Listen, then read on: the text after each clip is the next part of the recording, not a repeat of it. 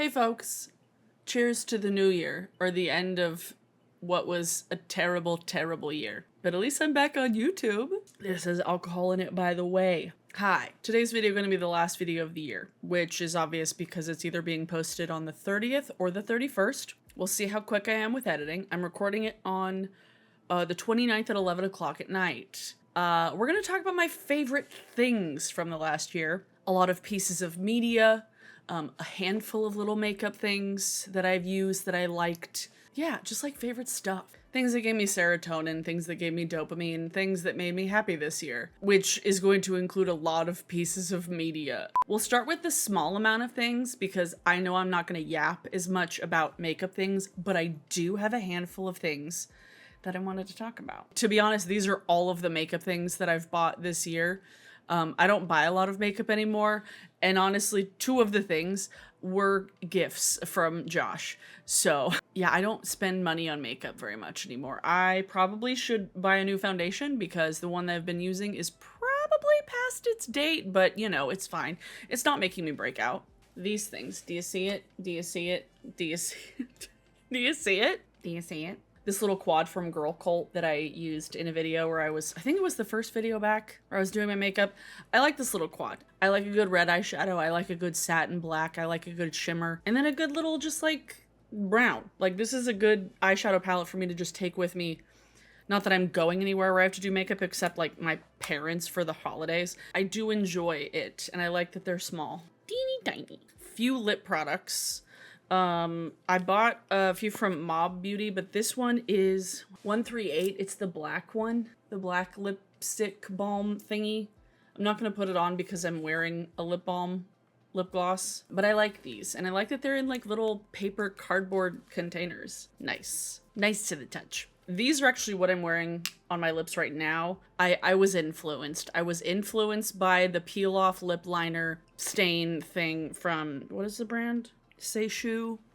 These things. The one gripe I have with this is that it's just like a regular doe foot applicator, and I feel like it'd be better if it was in like a little smaller applicator, but like it works as an all over thing. I'm not somebody who uses lip liners, so this has been nice because it gives me a little bit of definition without being like I drew a liner on my lips, you know?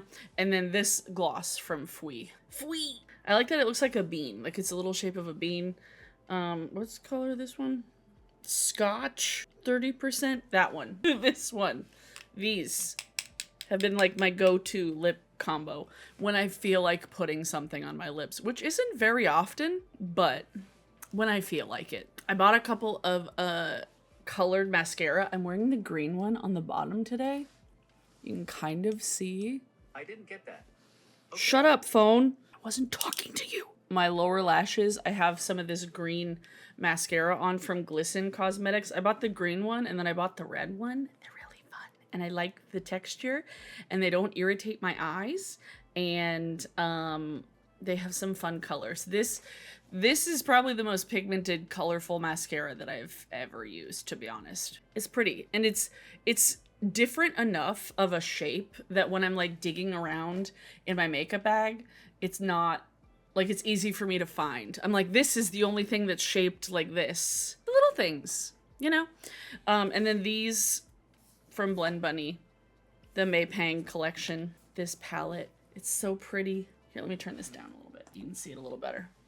Yeah, see? Gosh, this is my shit. Even lower I can go. Yeah, look at that. Look at, oh.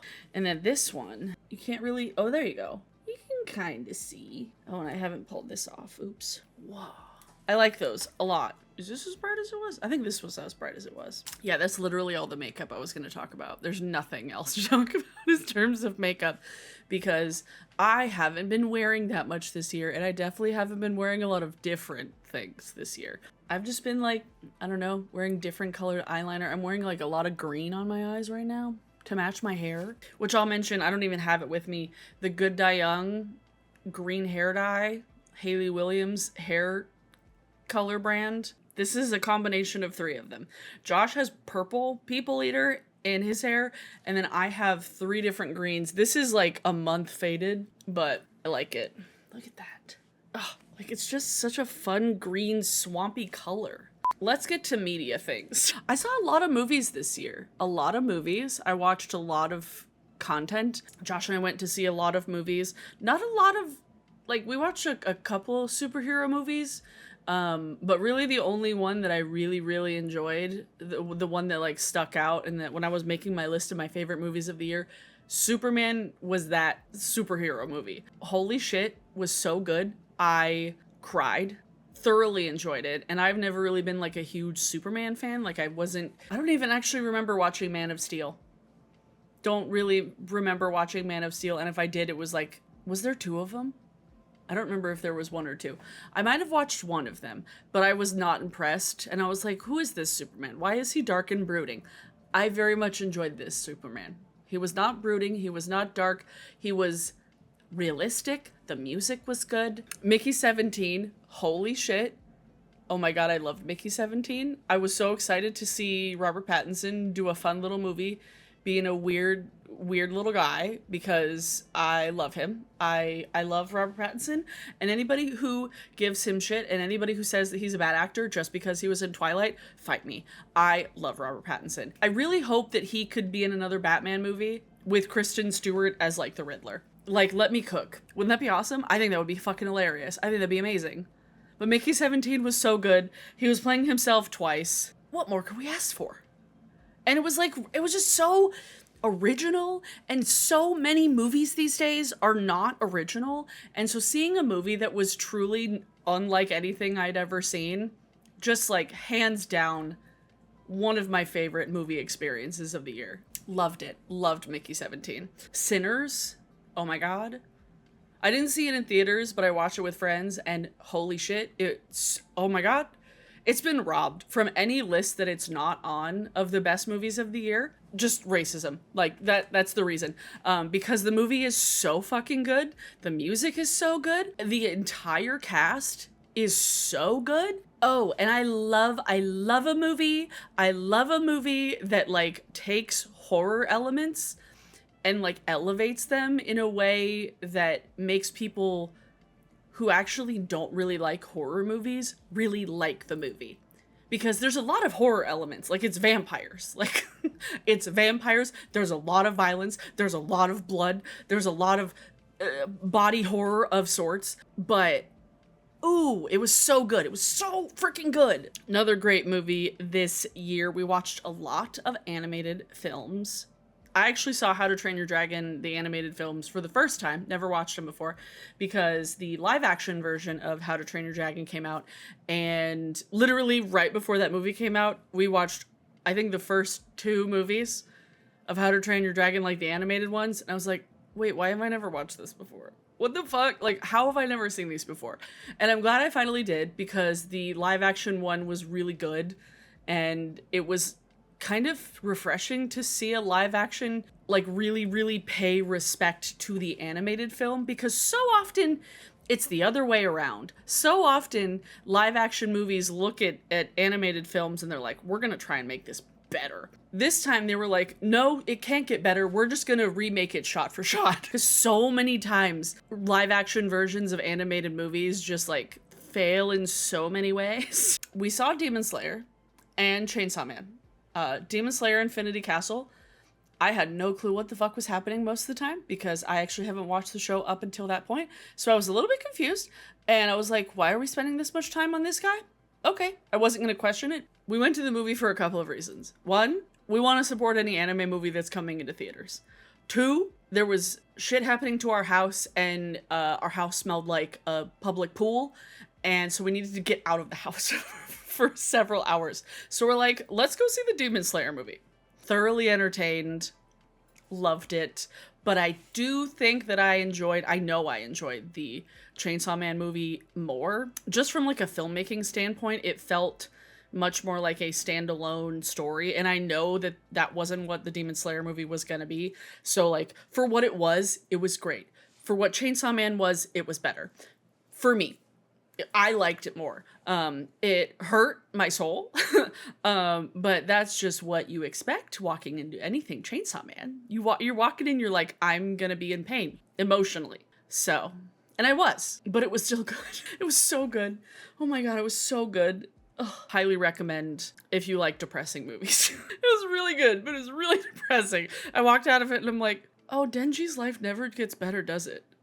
Like, this is the happiest Denji's gonna be, isn't he? Next, most recent watch, Wake Up Dead Man, Knives Out 3. Oh my God. I wish Rian Johnson would make 20 Benoit Blanc movies. I would watch every single one of them and I would eat every single one up. Num num num num num. Give me more Knives Out movies. I love little mysteries. I love movies that subvert genres and subvert expectations. And I love that Rian Johnson is doing whatever the fuck he wants. And especially making movies that go straight to Netflix, going against the Netflix color grading theme. Because I gotta tell you, I'm really enjoying the One Piece show, but the color grading is absolute ass. Why is it so dark? Why is the lighting so gray? Why is the color so gray? I am sick and tired of movies with so little contrast and so little saturation. Why is everything gray? I could make an entire video about how much I hate how movies are color graded these days, but I feel like that would be such a niche thing that I don't know how many people would watch it. Because holy shit, that's also part of why I have zero interest in watching any more Stranger Things. Because why is it so dark? Why is it so dark? I can't see anything. I think it's another reason why I really love anime is that, like, it's not too dark. You can see everything that's going on. What a concept. Being able to see what's happening on screen. And last, but definitely not least, the most I've watched, the film I've watched the most times this year, K-Pop Demon Hunters. Of course, the movie of the year. And if this movie does not win awards at the Academy Awards, I will riot. If it doesn't win Best Song, if it doesn't win box office, whatever the fuck new award they added that they already like nominated Avatar for before it even came out. I'm like, what do you mean Avatar is nominated for an award when it hadn't even come out yet? Yeah, K-Pop Demon Hunters. The only thing that would have made this movie better is if it was longer and there was more of it. I just wanted more of it. It was too short. But it was so good, and I get why they made it short, because Netflix was like, I don't know how we're gonna do without this movie about K-pop stars, like, I don't know. But then, joke's on them, people who had watched it were like, put it in theaters, you fucking cowards, we will go see it, and guess what? People did. So, it was amazing. I've listened to the soundtrack so many times. I literally said to Josh yesterday, I'm like, we should watch The Business Proposal.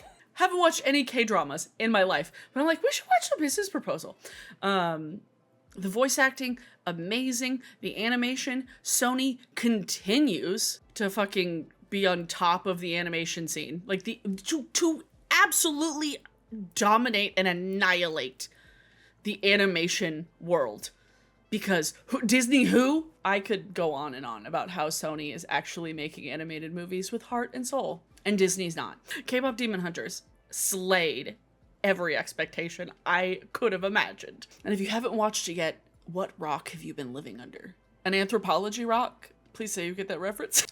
It's been one of the funniest parts of TikTok this last week. People playing pranks on their dads and uncles by having their moms or their grandmas or their aunts or their sisters open up rocks and pretend that they're really expensive and they're from anthropology. Oh my God. What is it? It's the rock. Oh my God. It's the anthropology rock. What? Anyway, those are all the movies that were my favorites of the year. We saw a few other movies, not that were like super memorable. I will say outright, I was unimpressed with the Fantastic Four. I was bored. I was really bored. Video games. I've played a handful of video games on my Twitch stream. Right now, I'm actually playing Stardew Valley, and I'm thoroughly enjoying it. I know it took me a really, really long time to play Stardew Valley. I've had people telling me for years, it's like, you need to play Stardew. And I'm like, okay, fine. Go. But really, really liking it. If you have ever played Stardew, and if you're interested in watching me fumble through the game, I'm playing it on Twitch right now. And actually, funny thing that I realized when I was like scrolling TikTok one day and I saw a news story from King 5, our local NBC affiliate. Concerned Ape, the developer of Stardew Valley, was in my graduating class from my alma mater. I was like, what? I saw like UW Tacoma, graduate of 2011, and I was like, what? That's when I graduated. It was crazy. I was like, what? The creator of Stardew went to my school and graduated my year? What am I doing with my life? Before Stardew, I was playing a little bit of Tiny Glade and Make Room, which are both really they're from the same makers. They're like sandbox building games, not in the same way of like The Sims, but in a way where it's like all exterior stuff. So it's really fun, just like chill, calm, turn your brain off kind of game. And I think it uses Unreal Engine for the actual like construction of things, and just the vibes are really nice. Build some shit. Another game that I played on stream that truly one of the weirdest games I've ever seen. It's called Hatoful Boyfriend, and it's a dating sim, an otome game where you play a human who is parading around as a bird at a school for birds. The school is like if Oron High School Host Club was all birds. It's insane. It's such a weird game. I think it was made in 2011. It's such a bizarre game, but it's so entertaining. And it's not very long. Like, you can do multiple playthroughs. Like, I think one playthrough took me like 2 hours. Like, it's really short, but it's absolutely insane. It's an insane game. It's like, what do you mean I play as a bird? You should have been instructed not to approach me at school. These two are brothers. These are quite elegantly packaged. Yes, I got the most expensive ones for you, sir.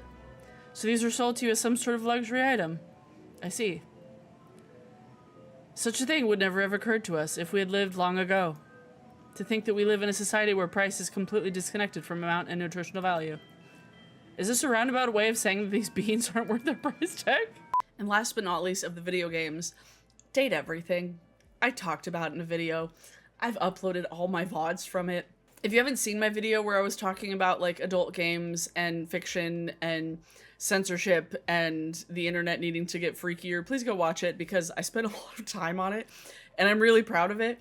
But I don't know if it got like suppressed by the algorithm or what because I was talking about like Gooner games, but I'm really proud of it and I think it's a really important topic. So if you haven't watched it yet, you should go watch it. The internet needs to get freakier. Affectionately. No, not like that.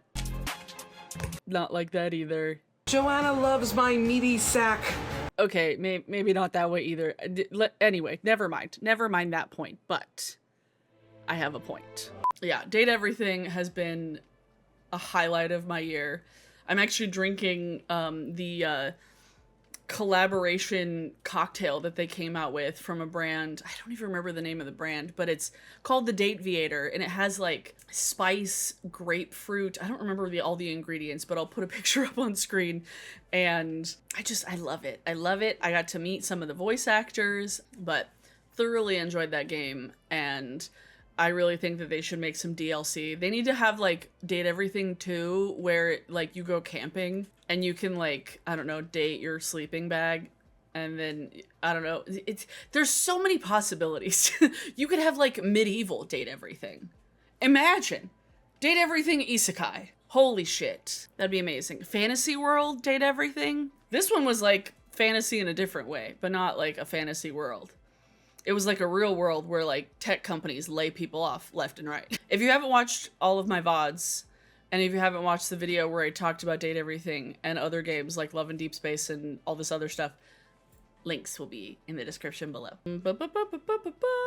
Before I get into anime, because I know that's going to be the longest topic, other TV shows and things that we've been watching that I've really, really enjoyed that came out this year. Vox Machina. Season 3 of Vox Machina, which is based on the first Critical Role campaign. I actually haven't watched really any of the Critical Role content because seeing the lengths of the streams are very intimidating, and it's like, what do you mean there's that many videos? I'm just gonna watch the TV show. And really, really enjoyed season 3, and I believe that there's still more to come, but they haven't like said when any of that's happening. And then Mighty 9 is the second half of the year that, I don't know, launched a couple months ago. I don't know if I like it more it's different. It's different the way they set it up. It's different the way that they've like laid out the world building. It's in the same universe, but at like a slightly different time in the universe. Mighty Nine and Vox Machina, very good. And animated, with a lot of really well-known voice actors. And who also, several of which were in Date Everything. Dropout has been so hilarious this year. There's so many crossovers that we have seen with like the Try Guys and Smosh and Critical Role, and like just all of this combining of powers into comedy greatness. Gastronauts has been one of my favorites. I love cooking shows. I love cooking shows and I love silly little guys. So love that. Make Some Noise and Game Changer is so fun to just turn on when we're like, I don't want to have to think. I just want to giggle for a half an hour to an hour. And it's so nice having a platform paying people well and like really embracing the talent and doing great things with the platform. And I don't know, I really love what they're doing. Like when I started watching Gastronauts, I put on like 4 episodes in a day and I'm like, we're watching another one. We're watching another one because there's a backlog. Absolutely. Now on to the longest category that I have on my phone. It's almost an entire screen worth in my notes app. Anime that has been my favorite of the year. This isn't every single anime that I've watched because I will say Josh and I watch a lot of fucking anime and some of it is absolute trash. Some of it we watch trash on purpose because we're like, I don't want to have to pay attention. This is just in the background and I can look over at the screen, kind of know what's going on, and then look away and keep working on my macaroni and cheese. But these are shows that I actually enjoy. These are shows that I actually liked and I watched every episode. Or every episode that has come out. The last one that I will mention, the last couple, there's still a couple of episodes left to be aired from this season. Starting off the year, Solo Leveling. Solo Leveling is definitely like a popcorn show. Definitely not a whole lot in terms of depth, but like really good animation, really good action, really good voice acting, good fights. The villains look cool. Not the deepest of stories, but like so fun to watch. And Alex Lee is absolutely killing it in the role. The show gets so much shit from people, but I'm like, it's not trying to be anything beyond what it is, you know? You know, like it's a power fantasy show that has cool animation and like good character design. I loved it. I love Solo Leveling. Another show that was from the beginning of the year, Apothecary Diaries. I now have the first light novel, and I'm going to start reading it, and I'm really excited about it. Apothecary Diaries, I think is one of those shows that if you haven't watched anime, or you want to introduce anime to somebody who hasn't watched it, Apothecary Diaries is a really, really good one. It's a familiar enough sort of setting where there's not just like a ton of like anime bullshit, and the characters are really grounded, and I don't know, it's not like high fantasy sort of thing. There's not like a magic system that you have to explain to someone. The character designs are all really lovely, and the voice acting is all really good, and the music is good, and the story is deep, and also like weaves together in like a really cool, mysterious way. It's like, yes, I want to like find the Easter eggs and like put the pieces together. So highly recommend Apothecary Diaries if you haven't watched it. Holy shit. Was it my favorite show of last year? It was one of them. It was definitely one of them. Zenshu was another one that came out at the beginning of the year, and oh my god, this one was a one core, I think 12, 13 episode show that I think will be a standalone series because of the way that it ended. And I won't have any spoilers. I'll keep spoilers out of this video, by the way. But Zenshu was so good. It's animated by MAPPA, who made Attack on Titan. They do Chainsaw Man. They do Jujutsu Kaisen. It's about an animator who experiences burnout and gets to live inside her favorite anime. And it's so, so good. Every week I was like, what is gonna happen? It's an anime original, so it's not based on a manga. The pacing was really interesting because it almost felt like each episode went by too fast because of the way that they were able to pace the show. But so good. You can watch it in a couple of days. Animated fantastically. It's a lot of like Mappa flexing. It's like, look at the things that we can do when we're given the time that we need. And it's really beautiful. It's a really beautiful show. And I really hope that they're able to make a second season, even though I don't think they're going to. The other show that was winter of this year, Blue Exorcist, came back last year in a huge way. I have been a fan of Blue Exorcist since not long after the Kyoto Saga came out, which is 2017.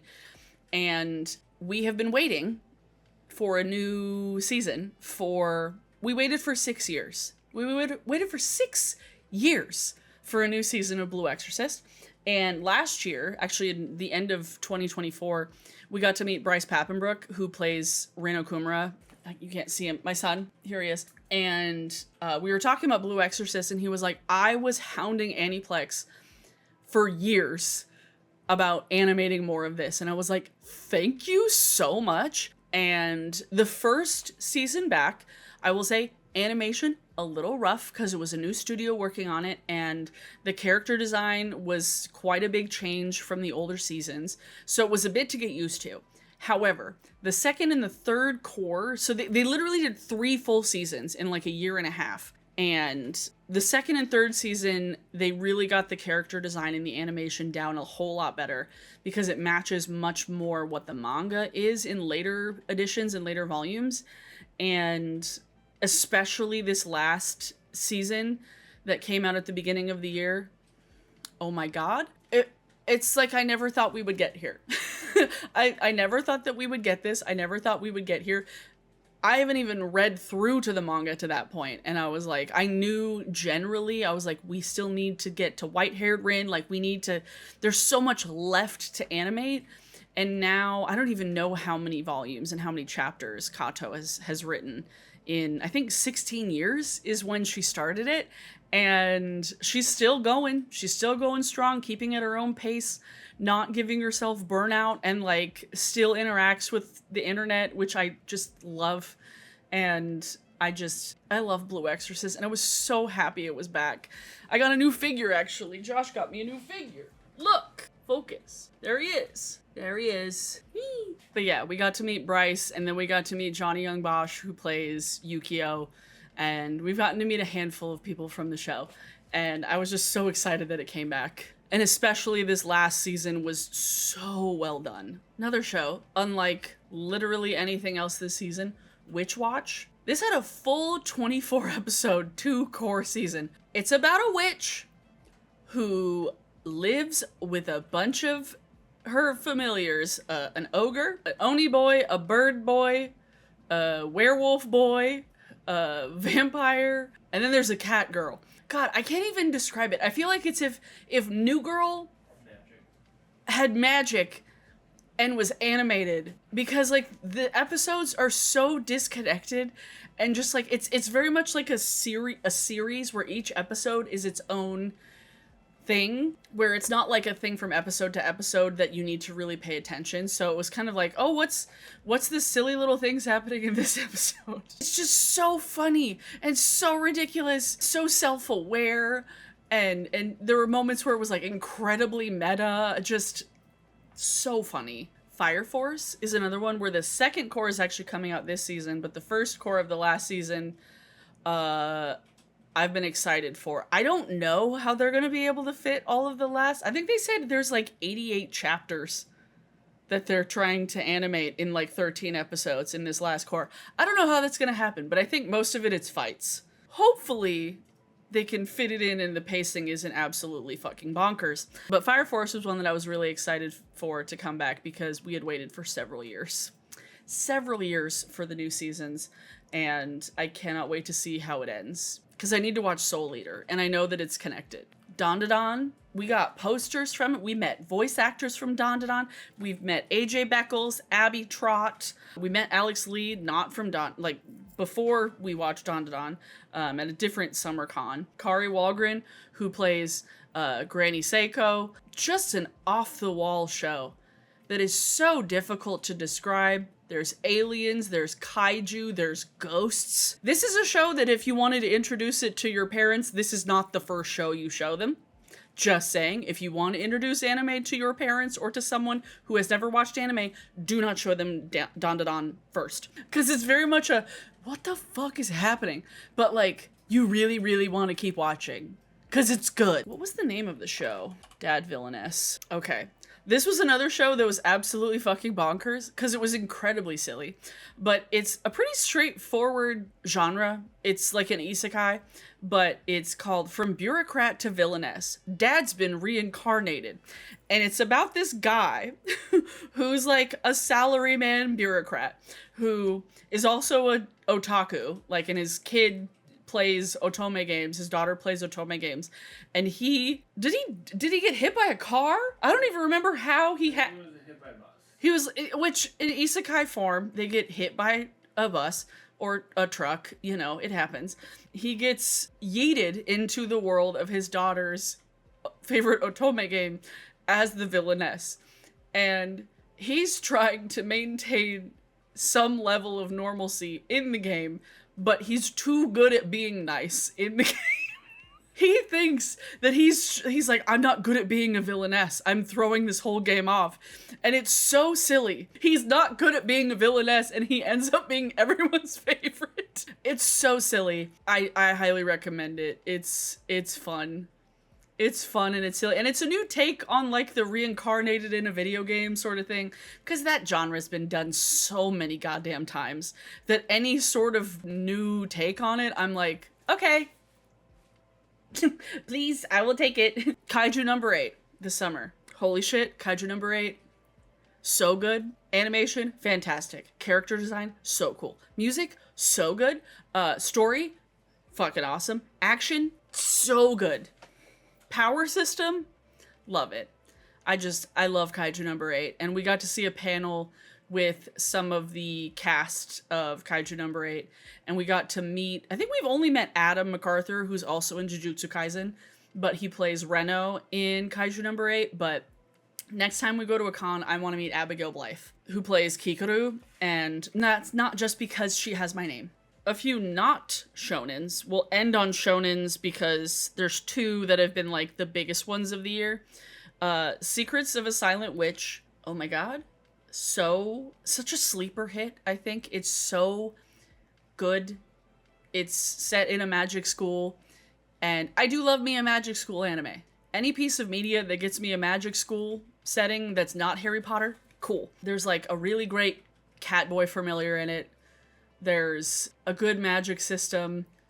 The main character is so relatable and like she makes me cry. There's so many elements to it that are not just related to the magic. It's like related to her own anxiety and her own social issues and her own worries and just, so good.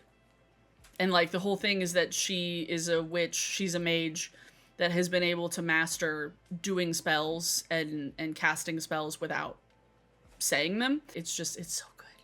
It's so good. I love it so much. Another one that was on this last season, may I ask for one final thing? I will say top 5 dubs of the year, I will say. Just like just the quality and the humor of the dub specifically. Oh my god. It's, again, magic systems. The main character, she is incredibly powerful, but also likes punching the shit out of other people.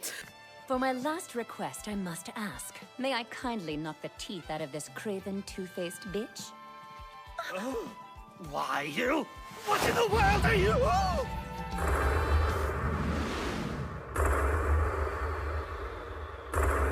And just the way she talks is so fucking funny. And she punches the lights out of bureaucrats all the time.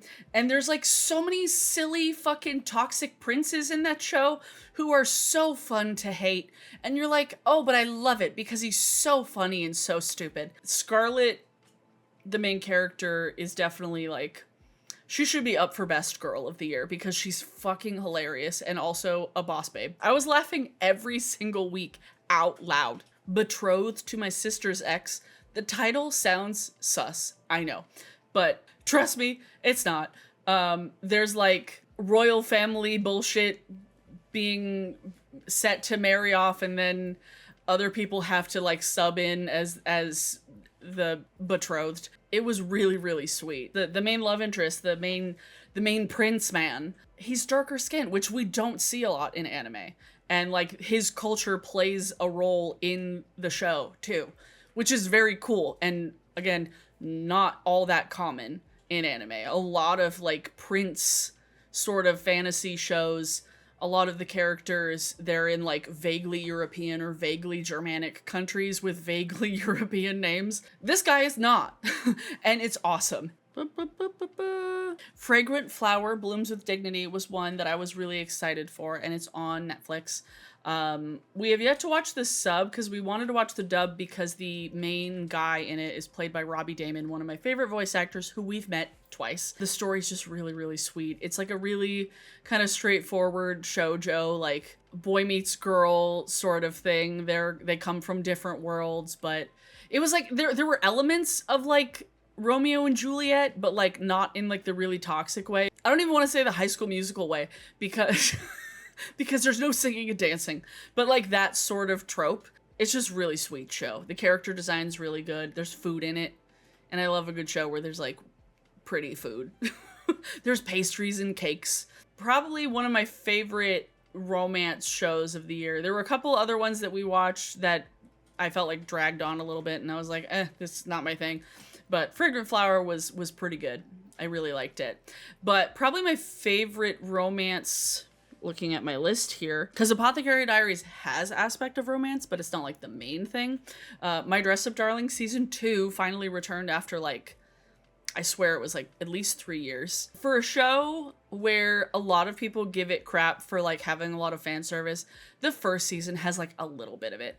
The second season, so much of it is about like just like enjoying the things that you like and finding people who support you in those things that you enjoy, regardless of like your gender, because like the main character, he is like this shy, introverted guy who doesn't have a lot of friends and was raised by his grandpa and is just really, really into painting Hina dolls and like creating Hina dolls and like following in his grandfather's footsteps and like making outfits for these Hina dolls. And he's great at it. And he's had other people bully him in the past for being like, oh, that's not a guy's thing, dude. That's for girls. And then he finds this girl who is really supportive of his hobbies, and like he's really supportive of her hobbies, even though other people have made her to feel weird about being into what she's into and doing cosplay and being into anime so much and wanting to dress up as these characters. And it's just like so fucking wholesome. It's so wholesome and it's so cute and it's so sweet and their love is so cute and it's written by a woman. Most of the stuff that I like the most were written by women. And My Dress Up Darling is no different, and it's just so wholesome. It's about bringing together a lot of different people who all have like the very same sort of niche interests and hobbies, and that thing bringing together this like fun little group of friends, learning how to figure out your feelings and how to communicate those feelings no matter how uncomfortable you are, cuz sometimes you just gotta tell somebody that they're like really cool. One show that hasn't quite finished yet, there's 2 episodes left of the dub, Gachiakuta. Holy crap. This show blew all my expectations out of the water.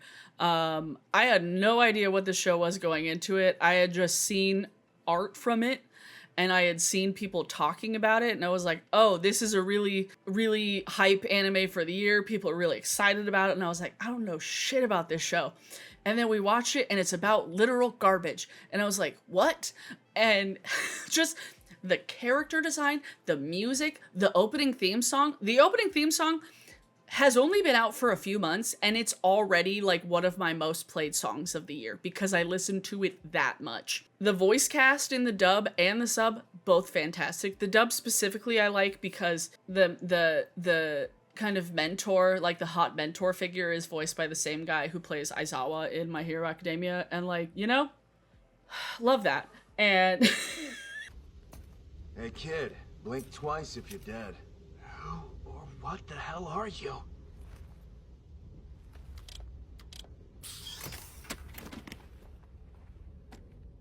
And the name's Engine. And I'm just a humble cleaner. It's just cast so well. It's done by the same studio, Studio Bones, who does My Hero Academia, and they absolutely bodied every episode. The animation just so good. The clothing, the characters' clothing. It's the first time I've really seen characters in like a mainstream shonen anime where like the looks were so part of their character, part of their characterization, and then also just really cool. I remember watching it, we first started watching it, and I was like, I cannot wait to see the cosplays from this show. Part of their thing is that every person, all the main characters have like something called a vital instrument, which is just like something discarded that they're able to use and give power to. And so one of them has like an umbrella, one of them has like a giant pair of scissors, one of them just has like a fucking stick. Like they have just the most random items that they give so much power. Just, oh, it's so refreshing. It's such a refreshing show. Such a refreshing show. There's like graffiti in it, just like, it's just the style of it, the vibe, all of it. I'm just like, this is, again, very much like unlike other shonen stuff that's on right now, but so cool. And I cannot wait to see where it goes next. I'm so into it. How many of the manga did you get me? Was it the first two? First three? Yeah. So I might start reading the manga soon too, because I have a few of them now. One show that the second season is coming back this next month. My Hero Academia Vigilantes. They had the first season earlier this year. It's a spin-off series, not written by Horikoshi, the original mangaka who wrote My Hero Academia, but it's in the same universe. It's a prequel series. Very cool. It was just cool to see a slightly different perspective, a different timeline, and some of the same characters, but before the main storyline. Yeah, Vigilantes was great, but not as good as the main series, because the main series of My Hero Academia just finished. The dub just aired a couple of days ago from me recording this, and I cried every single episode this season, and there were only like 11 episodes. And I am so glad that we started watching this show a couple of years ago, because we didn't watch it for a while because the fandom was like a lot, and also was kind of mean to Black Clover, and I was like, stop shitting on Black Clover, you guys. And I am a Black Clover defender till the end of time. Over time, the fandom has grown up and calmed down a bit. And I'm glad that we finally decided, yeah, let's watch this show. A couple of my friends had watched it and were like, oh my god, you have to watch this show, that's so good. And I was like, okay, fine. And I think we watched season 6, season 7, and season 8 as it was airing, but we watched everything up until then kind of back to back to back. So we've really only watched the last 3 seasons live with everyone else. It is so good, and it is so well done, and the character development is some of my favorite in anime. And I really hope that people give it a chance, even if they're like off-put by the fandom, because, you know, every show has a weird side of the fandom, okay? Fandom is inherently weird. We know. Like, that's kind of the point. It's genuinely like such a well put together and beautiful story about found family, about friendship, about striving to be better, and like the villains are some of my favorite villains in media. I'm trying to think of other anime where the villains are that well constructed and put together. Like, even Black Clover villains are not this good. They don't play as big of a part in the story to where you really understand where these characters are coming from, to the point where, like, I don't think another anime has truly made me cry when villains die. Because, like, Jujutsu Kaisen, the villains in that show, I want them to die. But so many of them, they're so well written, and you understand so much of where they're coming from, and like how much of their life shaped them into being who they are, that you're like, I feel so bad for you. Seeing so many of the voice actors like share their kind of like final thoughts about the show. They're like, well, I recorded my last part for My Hero Academia, and just like seeing the way that it has changed so many voice actors' careers and lives because they were part of this show. It's just like so heartwarming, just such a fantastic show. And literally I cried every single episode of this last season. Sobbing. Josh can attest to this. Was I crying in every single episode? Yeah. I'm gonna miss this show so much. But we have really cool things to look forward to. New season of Jujutsu Kaisen, and Black Clover is coming back next year. So excited. Holy shit, you're never gonna hear the end of it. Music things. I have talked about music faves recently. I will leave a link to my favorite songs of the year playlist. But as far as like shows that we've been to this year, Spirit Box, fantastic. Baby Metal was so fun. We saw Dragon Force this year. That was super cool. We got a couple shows coming up next month, but a lot of metal. But it's been really cool going to metal shows. But yeah, as far as music goes, it was a lot of that, a lot of anime music, and a lot of K-pop Demon Hunters. So, yeah. Anyway, I think that's everything I wanted to talk about. We went to a handful of cons. Washington Summer Con, Emerald City Comic Con, Anime Washington. I guess it was only those three. Going to see cool fucking nerdy art. It's always a great time. We're already planning on going to Anime Washington in the late winter, and maybe one day of Emerald City Comic Con. We haven't decided what day yet, but it depends on who's scheduled for what days. So, you have no song of the day because you have an entire list of songs that you could listen to, and you should go listen to, because there's many of them, and it was what I was listening to, and I wasn't here for half the year, and this way you can make up for lost time. Yeah. Anyway, I will see you guys in 2026, and we'll see what we're doing from here. If you have any ideas and things that you would like me to talk about, also let me know in the comments down below. That's a spicy meatball. Anyway, bye. Do you want to shout bye? Bye. See you guys next year. Bye.